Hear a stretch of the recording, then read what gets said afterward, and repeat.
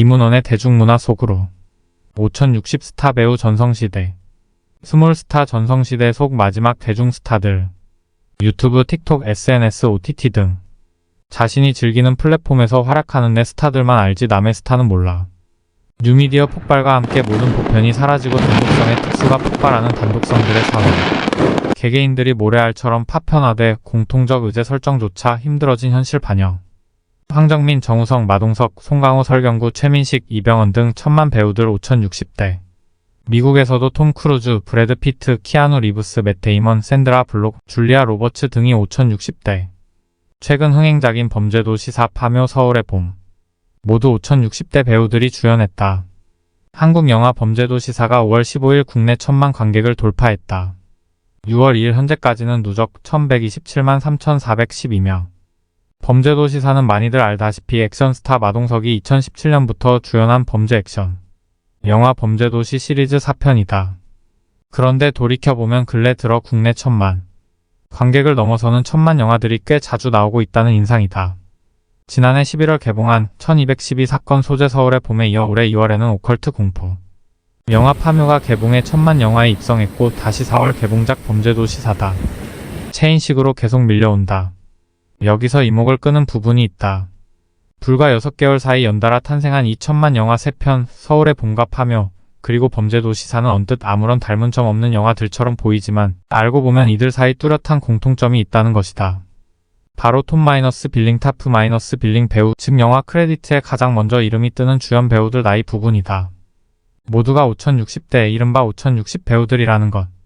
먼저 서울의 봄에서 주연을 맡은 두 배우 황정민과 정우성은 각각 6월 3일 기준 53세와 51세다. 파묘의 최민식은 50대도 뛰어넘어 벌써 62세이고 범죄도시 4의 마동석도 이제 53세다. 주연급 고령화. 작년에 514만 관객을 끌어모은 영화 밀수의 두 여주인공 김혜수와 염정아도 어느덧 50대에 접어들었다. 위 세 편이 주연 배우들만 특이한 사례일까? 절대 그렇지 않다. 지금은 사실상 5060 스타 배우들의 전성시대라 봐도 좋을 정도로 상업영화 주연급 배우들 연령대가 한참 올라가 있는 상태다. 일단 현 시점 한국 영화의 얼굴처럼 여겨지는 송강호가 마찬가지 6월 3일 기준 57세다. 터미네이터, 제니시스 등 할리우드 영화 출연으로 글로벌 스타 이미지가 강한 이병헌은 53세 넷플릭스 드라마 오징어 게임의 글로벌 대성공 덕에 이제 할리우드 드라마에도 출연하기 시작한 이정재는 51세다. 이 밖에도 많다. 2000년 파카사탕 이후 꾸준히 흥행작을 내놓는 설경구가 57세, 7번 방의 선물 2013과 극한 직업 2019 등의 천만 영화를 갖고 있는 류승룡이 53세, 지난해 이순신 3부작 마지막 편 노량, 죽음의 바다에서 세 번째 이순신으로 열연한 김윤석도 57세다. 보다시피 이들 중 상당수는 불과 몇 년 뒤면 최민식의 뒤를 따라 60대로 접어든다. 50대도 아니라 60대 주연급 스타들이 그만큼 늘어나게 된다는 뜻이다. 이보다 젊은 주연급이라고 크게 다를 것도 없다. 하정우 46세, 조인성 42세, 공유 44세, 현빈 41세, 강동원 43세 등 쉽게 지금의 한국 영화 시장을 쥐락펴락하는 스타들은 전반적으로 5060 중심이고 기본적으로 40대는 돼야 신뢰할 수 있는 주연급 취급을 받는다는 얘기다. 2030 배우들에게 거대 제작비가 투입되는 블록버스터 단독 주연을 맡기는 경우는 흔치 않다. 물론 남자 배우만의 얘기도 아니다. 어느 나라든 상업영화 톰 빌링을 여자 배우에게 맡기는 일이 많지 않아 눈에 띄지 않을 뿐 일단 그런 콘셉트를 취했다 하면 여자 배우 쪽도 어김없이 주연급 고령화 현상을 겪는다. 당장 지난해 514만 관객을 끌어모은 영화 밀수의 두 주연. 여자 배우 김혜수가 53세, 염정아가 51세다. 이 밖에 전도연 51세, 손혜진 42세, 전지현 42세, 정유미 41세 정도가 현 시점 상업영화 단독 주연을 맡길 수 있을 법한 여자 배우들이다. 스크린이 늙어간다. 2000년에 개봉한 영화 공동경비구역 JSA의 두 주연. 이병헌과 송강호는 50대가 된 지금도 한국 영화에서 주연으로 활약하고 있다. 물론 과거에는 이렇지 않았다. 신성일의 시대 1960년대만 해도 그렇다. 1937년생인 신성일의 전성기는 그가 2030대였을 때다. 그리고 불과 40대 초반 시절인 1970년대 후반만 돼도 주연 배우로서 그의 존재감과 상업적 가능성은 희미해졌다는 평가를 받았다.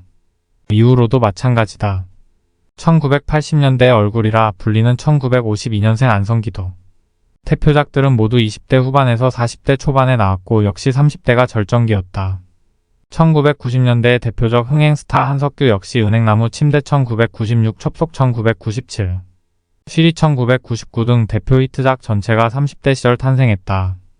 여자 배우들은 더 말할 것도 없다. 30대만 접어들어도 영화 주연급에서 내려와 TV 브라운관으로 향하기 일쑤였고 1970년대 트로이카 여배우 중 하나였던 정윤희처럼 결혼과 함께 배우 활동 자체를 접고 연예계에서 은퇴하는 경우도 적지 않았다. 이런 분위기가 대략 2000년대 초반까지도 지속되다가 분위기가 확연히 달라지기 시작한 게 2010년대부터다. 지금 주연급으로 각광받는 저 5060 배우들만 해도 그렇다. 송강호, 이병헌, 최민식, 정우성, 이정재, 장동건 이들은 20년 전인 2000년대 초반에도 이미 한국 영화계를 대표하는 주연급 스타들이었다. 당시에는 상업영화 주연급으로 30대가 가장 잘 팔리는 나이여서 그랬다. 송강호의 공동경비구역 JSA 2000가 나온 게 그의 나이. 33세 때, 최민식의 쉬리가 37세 때다. 그랬던 이들이 20년 세월이 더해져 5060까지 그대로 스크린에서 장기 집권하는 분위기다. 그 사이 이들을 대체할 만한 새로운 젊은 스타 배우들은 나오지 않고 이에 스크린이 점점 늙어만 간다는 얘기가 이곳저곳에서 튀어나오는 실정이다. 저출산 고령화의 영향? 그럼 이 같은 현상의 원인은 뭘까? 일각에선 한국 사회 자체의 저출산 고령화 현상을 근본적 원인으로 꼽기도 한다. 그렇게 볼 수도 있다. 지난 1월 10일 행정안전부가 발표한 2023년 말 기준 주민등록인구 통계에 따르면 현재 연령대별 인구 현황에서 가장 큰 비중을 차지하는 세대는 50대로 870만 명에 이른다. 이 다음이 40대 792만 명, 그리고 다음이 60대 763만 명이다. 대중문화를 한창 소비할 연령대인 20대는 620만 명, 30대도 658만 명 정도다. 미래주 소비층이 돼야 할 10대는 여기서 465만 명으로 한참 떨어진다. 수십 년 지속된 저출산으로 일단 인구 규모에서부터 4060대 비중이 압도적이니 이들에게 인지도 높고 이들이 공감하며 동질감 느낄 배우들 중심으로 영화 주연급이 재편될 수밖에 없다는 논리다. 의견이 있을 수 있다. 인구 구성은 그렇다 치더라도 애초에 대중문화는 1030대가 열렬하게 소비하는 항목이니 상황이 그렇게까지 달라질 것은 없지 않느냐는 것이다. 액면 그대로는 틀리지 않지만 일반적으로 대중문화 주소비층에서 벗어난다는 4060대 성향이 이제 크게 달라졌다는 관찰이다. 전영수 한양대 국제대학원 교수의 한국일보 2022년 11월 15일자 칼럼 중년된 X세대 새로운 소비의 주체가 되다를 보자. 미묘한 풍경 변화는 시작됐다. 중년 30년 4069세를 둘러싼 시장 조성의 본격화다. 전통적인 가족 부양의 소비 관행에서 벗어나 스스로 잘 살고자 적극적인 본인 취향의 실현 구매가 목격된다. 조로사회 희생양이자 낀 세대의 상징인 X세대가 이미 4050세대에 깊숙이 합류한 게 컸다. 한때 놀랄 만큼 이질적이고 느닷없는 유행을 이끌며 얄궂고 되바라진 이미지를 선도한 주역이 이제 중년이 됐다. 나이만 먹었을 뿐 MZ세대 못지않은 신별종 중년화의 등장인 것이다. 선배 세대처럼 뒷방 퇴물의 투명인간은 철저히 부정하며 자기 나 혼자 아시런을 소비한다. 중략 중년화의 소비 특징은 미들엣지 미덜 마이너스 에지로 정리된다. 중년 미덜의 욕구 해지에 주목하란 뜻이다. 일본적 분석 결과로 한국에 적합하진 않으나 닮은 꼴이 많아 주목해봄직하다. 추억 소환, 자아 부활, 희망 실현 등이다. 추억 소환은 시간 해방적 소비 행태다. 청년 시절 유명 스타의 소환이나 제한적이던 취미 활동의 본격적인 리메이크 소비가 그렇다. BTS에 열광하는 부모님들. 결국 4060대의 대중문화 등 취미 소비가 급격히 늘어나는 흐름에서 젊은 시절 애착을 가졌던 이런저런 대중문화 스타들을 관성적으로 계속 소비코자 하는 분위기도 목격된다는 얘기다. 그리고 이 같은 흐름의 바탕에는 칼럼에서도 언급하듯 성장은커녕 생존조차 힘겨운 시대에 축적 자산부터 근로소득이 정점을 찍는 4666세의 잠재 소비력이 자리 잡는다. 그러다 보니 동세대 대중문화 스타들의 애착을 넘어서는 아래와 같은 현상도 일어난다. BTS를 보면서 열광하는 부모님도 적지 않을 것 같습니다. 실제로 국내 최대 음원 사이트에서 팬을 맺을 수 있는 기능이 있는데 BTS의 경우 50대 이상이 12%를 차지했습니다. 팬층이 10대나 20대에만 머물지 않는다는 얘기입니다. 중략 전체 음원 시장으로 더 넓혀보면 중장년층의 영향력은 더 커집니다. 음원 서비스를 얼마나 많이 이용하는지 분석한 결과입니다. 40대는 27억 분, 50대는 20억 분에 가까웠습니다. 10대와 비교해보면 중장년층의 영향력을 가늠해 볼 수 있을 것 같습니다. YTN 2023년 6월 13일자 보도 BTS 팬덤층 10%는 누구? K-팝 큰손 5060. 한편 또 다른 예도 존재한다. 방송계의 2049 시청률 집계 관련해서다. 2049 시청률은 말 그대로 가구 기준 시청률이 아닌 2049세 연령대의 개인 시청률을 가리킨다. 방송 프로그램에 광고를 내는 광고주들 입장에서 상품 구매력 높은 2049세 시청자들이 많이 보는 프로그램을 따로 파악해 관리하려 나온 기준이다. 10대는 용돈 생활자이므로 구매력이 떨어지고 50대는 구매력은 있어도 구매 패턴을 바꾸려 하지 않아 광고 효과가 떨어지며 60대 이상부터는 적은 연금이나 자녀로부터 받는 용돈으로 생활하는 경우가 많아. 마찬가지로 구매력이 떨어진다는 판단하에서 이 같은 집계 기준이 등장했다. 그런데 최근 필자는 한 광고업계 종사자로부터 이 2049 시청률이 점차 유명무실해지고 있다는 설명을 들은 바 있다. 청년 취업 불안과 함께 아예 구직 활동조차 일하지 않는 청년들이 부쩍 늘어나면서 일단 20대의 구매력에 의문이 가기 시작했고 앞선 한국일보 칼럼에도 등장하듯 지금의 50대와 60대는 구매력을 갖췄으면서 각종 자아실현 소비에도 뒤처지지 않으려는 분위기라 굳이 20세부터 49세까지를 따로 살펴볼 이유가 사라지고 있다는 것. 이렇듯 대중문화 시장 전반에서 1030대 소비자의 존재감이 점차 희미해지고 있으니 콘텐츠 전반에 걸쳐 그 중에서도 건당 유료인 데다 극장까지 가는 품이 추가로 드는 극장용 영화의 경우 더더욱 1030대 안배가 떨어지고 4060대 구미에 맞추려는 분위기가 만연해질 수밖에 없다는 논리다.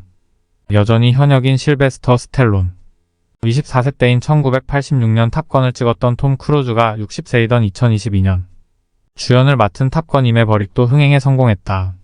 사실 이렇게만 보면 모든 것이 위 논리대로 단박에 해석될 듯 싶기도 하다. 그런데 실제로는 좀 더 복합적인 상황이다. 위 배경도 스타 배우의 고령화 현상 원인 중 하나일 수 있지만 전체는 아니라는 것이다. 가까운 반론 사례로 세계 대중문화의 메카로 여겨지는 미국에서도 한국과 같은 현상이 일어나고 있다는 점을 들 수 있다. 미국 할리우드에서 근 56년 내 히트작을 내놓은 배우들만 봐도 쉽게 알 수 있다. 먼저 여전히 가장 믿음직스러운 두 흥행 배우 톰 크루즈와 브래드 피트가 각각 61세와 60세다.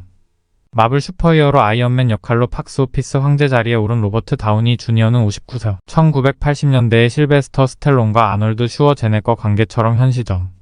액션 스타 라이벌로 꼽히는 쌍두마차 드웨인 존슨과 빈 디젤이 각각 52세와 56세 매트릭스 시리즈에 이어 존 윅 시리즈로 또다시 흥행 정점에 올라선 키아누 리브스가 59세, 이밖에 맷 데이먼 53세, 조지 클루니 63세, 조니 데아 60세, 크리스천 베일 50세 등이다.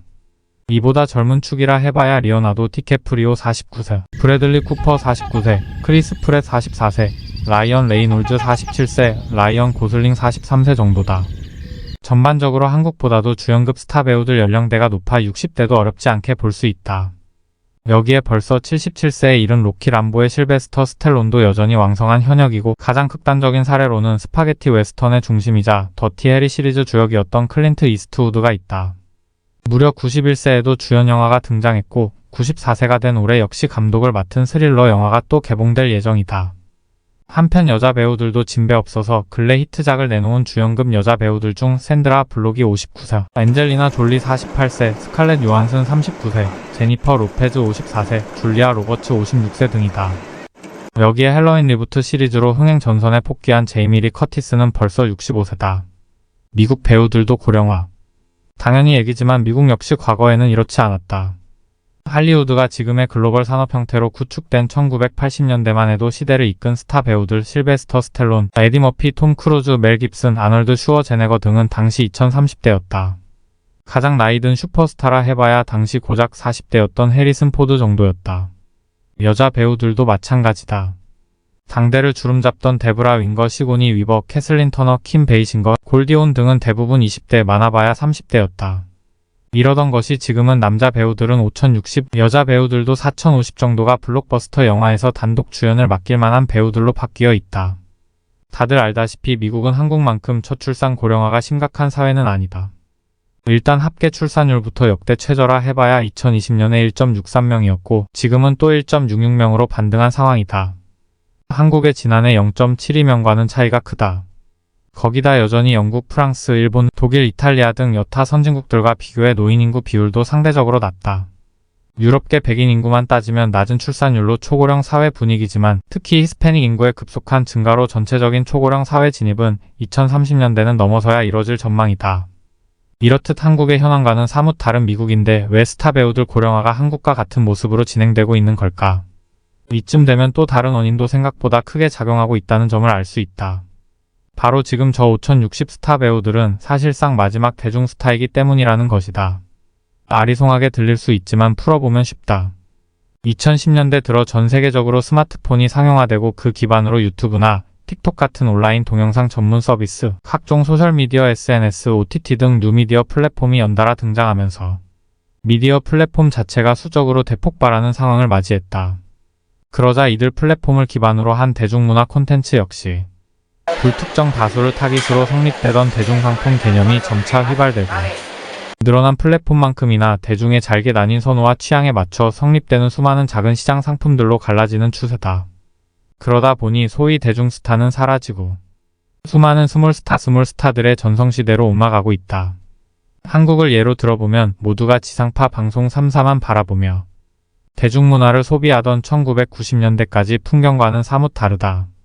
당시는 방송 3사 프로그램에만 나왔다 하면 하루아침에 전국구 스타가 되는 일도 적지 않았지만 지금은 지상파 방송 프라임타임 프로그램에 6개월 넘게 고정 출연해도 누군지 모르는 사람이 대다수다.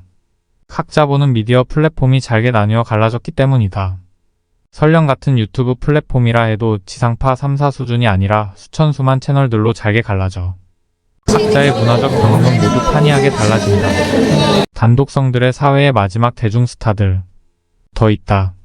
그 소비자들 역시 이제는 카카오톡 등의 모바일 메신저나 소셜미디어를 통해 소위 비슷비슷한 사람들끼리만 소통하며 정보를 주고받게 된다는 점이다.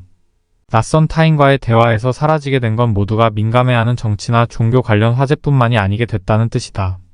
가볍게 주고받던 대중문화 화제조차 이제는 끼리끼리 나누는 정보가 돼 있다. 이러면 당연히 대중스타라는 개념도 점차 의미를 잃어간다. 젊은 세대 내에서조차 그렇다. 아프리카 TV 같은 인터넷 방송 BJ들만 소비하는 이들은 이제 음원 차트 1위를 달리는 아이돌이나 떠오르는 영화계 신성이 누군지 모른다. 같은 드라마 팬이라도 지상파 드라마 팬, OTT 드라마 팬, 유튜브에 업로드되는 웹드라마 팬이 각각 따로 있다. 이렇게 자신이 즐기는 플랫폼에서 활약하는 내 스타들만 알지 남의 스타는 모르게 된다. 이 같은 시대 변화를 두고 독일 문화이론가 안드레아스 레크비츠는 저서 단독성들의 사회에서 뉴미디어 폭발과 함께 맞이한 지금의 세계는 모든 포편이 사라지고 단독성의 특수가 폭발하는 단독성들의 사회가 돼가고 있다고 설명한다. 산업기술이 근대 사회 보편화를 이끌었다면 디지털 기술은 이렇게 단독성의 사회를 부추기고 있다는 것이다. 이 같은 경로를 통해 대중문화계는 이제 대중스타가 사라진 시대를 맞이하게 된다. 그리고 여기서부터 5060 스타 배우들의 전성시대도 함께 찾아온 셈이다. 이 5060 스타 배우들은 단독성들의 사회가 찾아오기 전, 그러니까 최소 2010년대 이전, 대부분은 2000년대 이전에 이미 스타덤에 올라 훨씬 제한된 미디어 플랫폼 내에서 전국구 인지도를 쌓은 이들이기 때문이다. 스몰스타 전성시대가 찾아오기 전 입지를 다진 마지막 모두가 아는 얼굴 마지막 대중스타들인 것이다. 보험용 5060 스타들. 일본 영화 돌아온 위험한 형사의 두 주연 배우 다치 히로시는 74세, 시바타 교웨이는 72세다. 상황이 이렇다면 어떤 일이 벌어질까? 상업적으로 리스크가 큰 영화, 거대 제작비가 투입되는 블록버스터 영화를 제작하려 할 때 대중 소비자들이 안심하고 선택할 수 있는 공통분모격 모두가 아는 얼굴 10중 8구 이들. 나이 지긋한 5060 스타 배우들을 찾게 된다. 아무리 젊은 세대가 중심이 되는 영화라도 파묘 주연을 맡은 최민식의 경우처럼 소위 보험용으로라도 저 모두가 아는 5060 스타 배우 하나쯤은 영화 포스터에 얼굴을 크게 박아둬야 대중 소비자들도 투자자 측도 모두 안심하게 된다는 뜻이다. 이렇게 열린 게 영화계 5060 스타 배우들의 전성시대다. 그러니 이 같은 현상은 한국에서든 미국에서든 마찬가지로 일어날 수밖에 없다. 나아가 뉴미디어가 보편화된 환경이라면 세계 어디서든 정도의 차이는 있을지언정 결국 유사한 광경을 연출하게 된다. 예컨대 홍콩 영화계만 해도 그렇다. 최전성기 19만 8,090년대의 흥행 스타였던 주윤발, 유덕화, 양조위, 곽부성, 장하구 등은 2020년대에 이른 지금까지도 꾸준히 주연급 영화들을 매년 발표한다. 각각 69세, 62세, 61세, 58세, 62세다.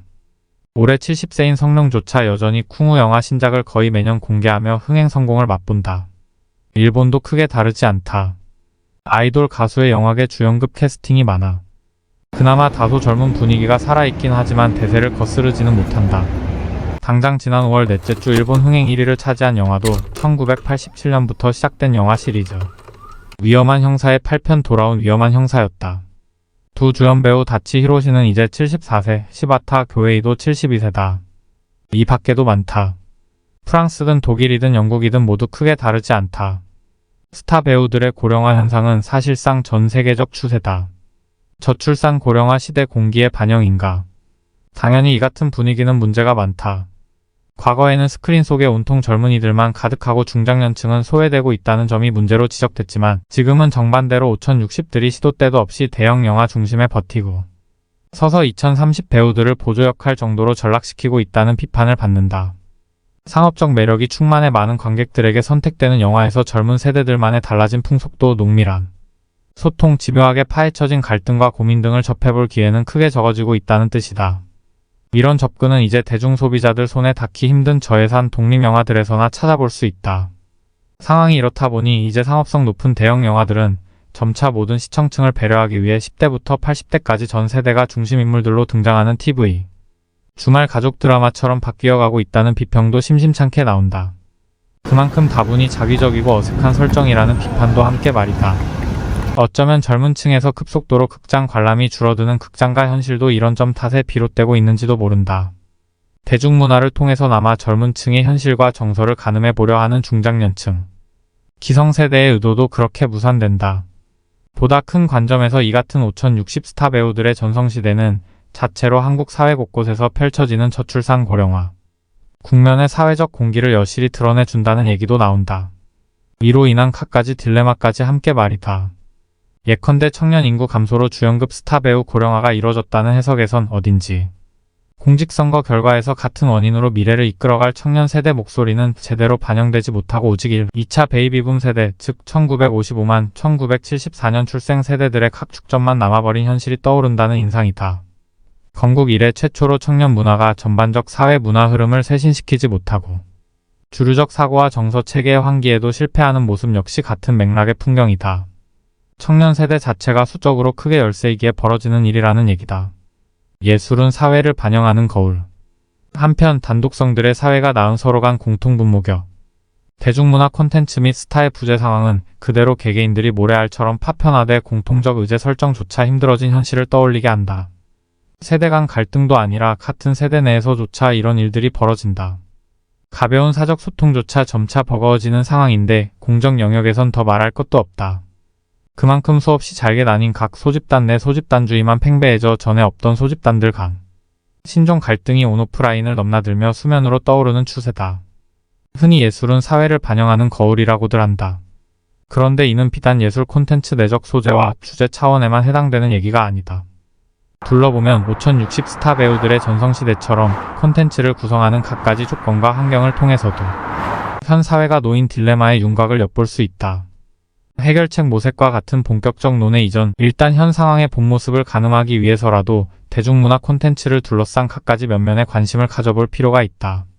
의외로 지금껏 거론돼 본 적 없는 전혀 생각지 못했던 딜레마들이 그곳에 숨어 있을 수도 있다.